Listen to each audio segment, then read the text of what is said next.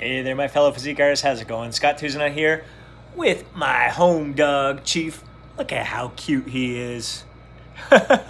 Just chilling here and thought I'd record a quick little video to show you how simple it is to track your calories and macros with MyFitnessPal. Now, tracking your calories isn't something I recommend that you do all the time.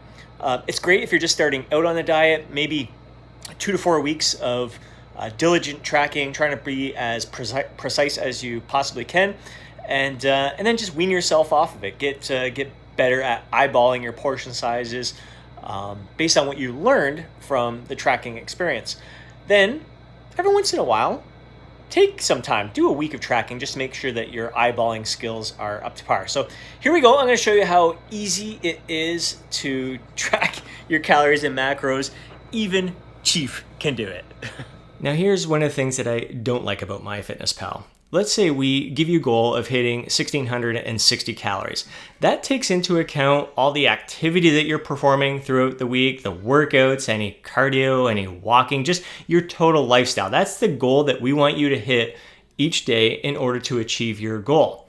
Now, what happens with MyFitnessPal is you plug that number in and it still will add in exercise. So if you have your phone in your pocket, you're walking around, it's going to consider that as extra calories burned. If you happen to plug in that you went in for a bike ride or you did a workout and you burnt so many calories, it's going to add on to your exercise total. So as you see, instead of 1,660, I walked a bit this morning, burnt 67 calories. So it's now saying I can consume 1,727 calories. You do not want to do that. We already took into your exercise into account. So just ignore those numbers. Just focus on the goal target that you have plugged in there.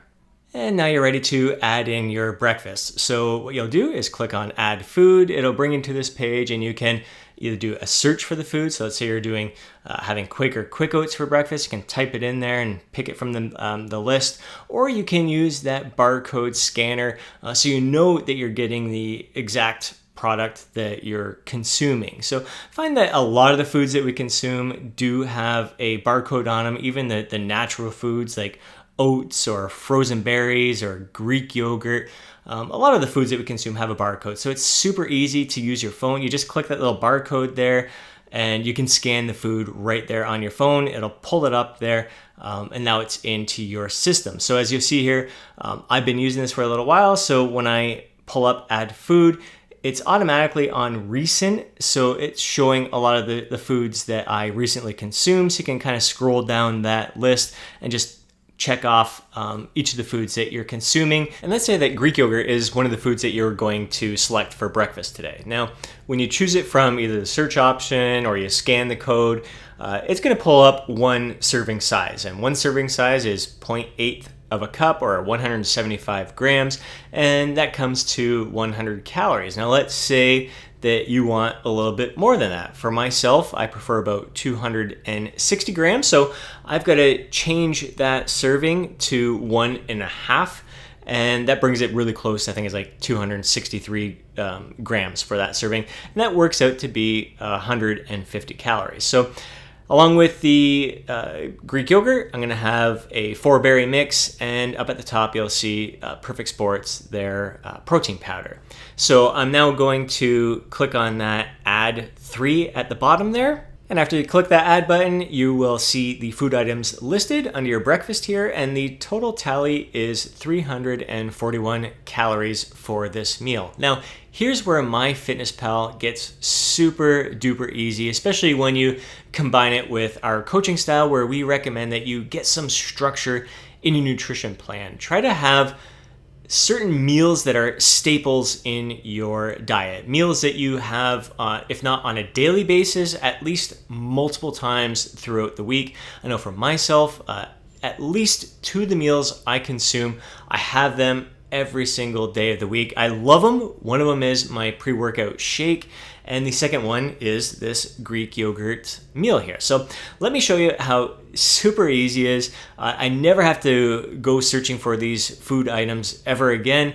I've entered it in once, and what I'm going to do here is create a meal out of this. So I'm going to click those three little dots there. That's going to bring up this screen where you will select Save as Meal, and then you'll just give the meal a name, and you can even take a photo of the meal as well. So once the name is entered in there, you'll see all the details down below. And here's how it's going to be super easy for you tomorrow or any other day that you have that same meal. So if it's breakfast, here's two simple methods that make things super quick and easy. So for me, breakfast is as mindless and effortless for tracking as it could possibly be because I have my shake every single day for breakfast. So what you can do here is right below breakfast where it says add breakfast from 3 days ago. So I happen to do 2 days without tracking here. Or 3 days without tracking. All you have to do is right on that spot, right over those words, right swipe your thumb on there and it's automatically going to add it. You don't have to, just a quick swipe of the thumb and your breakfast is added. It only does this for breakfast. Why? I don't know. Maybe because that's one of the meals that people have the most structure in and they eat the same breakfast every single day. It sure would be nice if they had more than one meal, maybe a lunch option for that as well. But so that's one quick method of adding in your breakfast. Now, for if you're going to have a different breakfast this day or for other meals, what you will do is when you select add food, it's now going to bring you to your recent food items, but you're not going to select each of those foods individually. What you're going to do is if you look over to the right hand side, there's a tab that says meals. And if you scroll down in your meals, you can see all of the meals that you have saved. So if you have, whether it's 2 stable meals like I have, where I have most days of the week, or other meals that you may substitute in frequently throughout the month.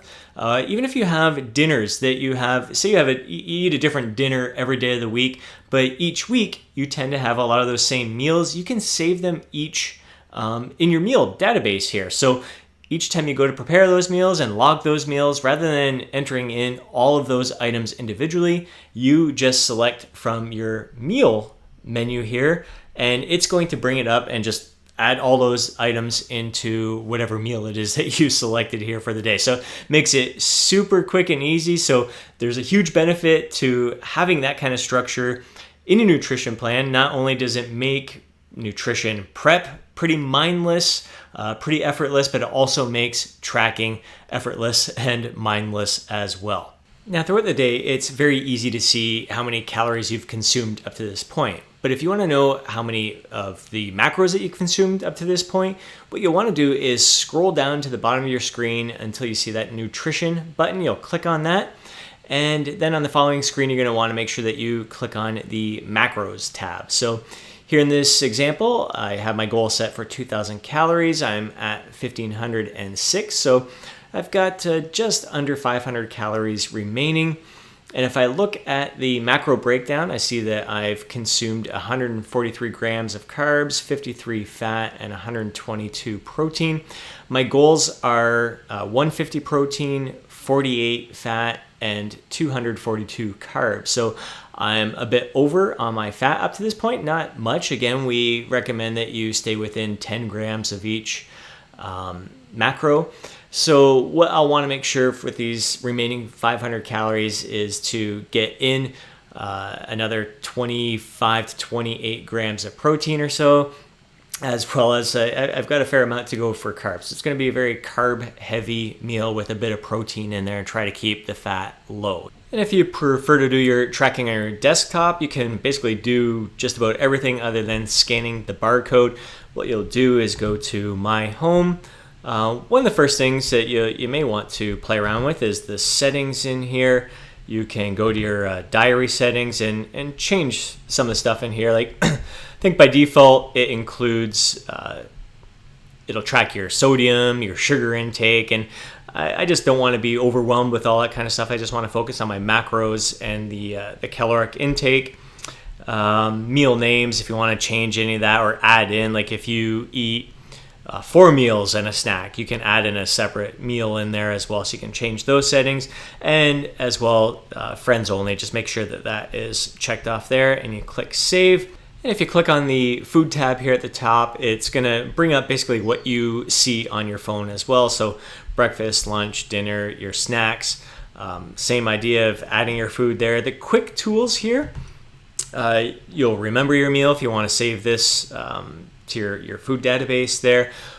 This is the one area that is more beneficial than the phone because you have quick tools for dinner. So say I'm having the same dinner as what I had yesterday. I would just copy yesterday's dinner and it will load that up in place for me there. So same idea, tallies everything down at the bottom there, and yeah, pretty relatively quick and easy breakdown, basically same as what you'd be doing on your phone, just nice and handy to have it if you're at your desktop and you prefer to use that method instead.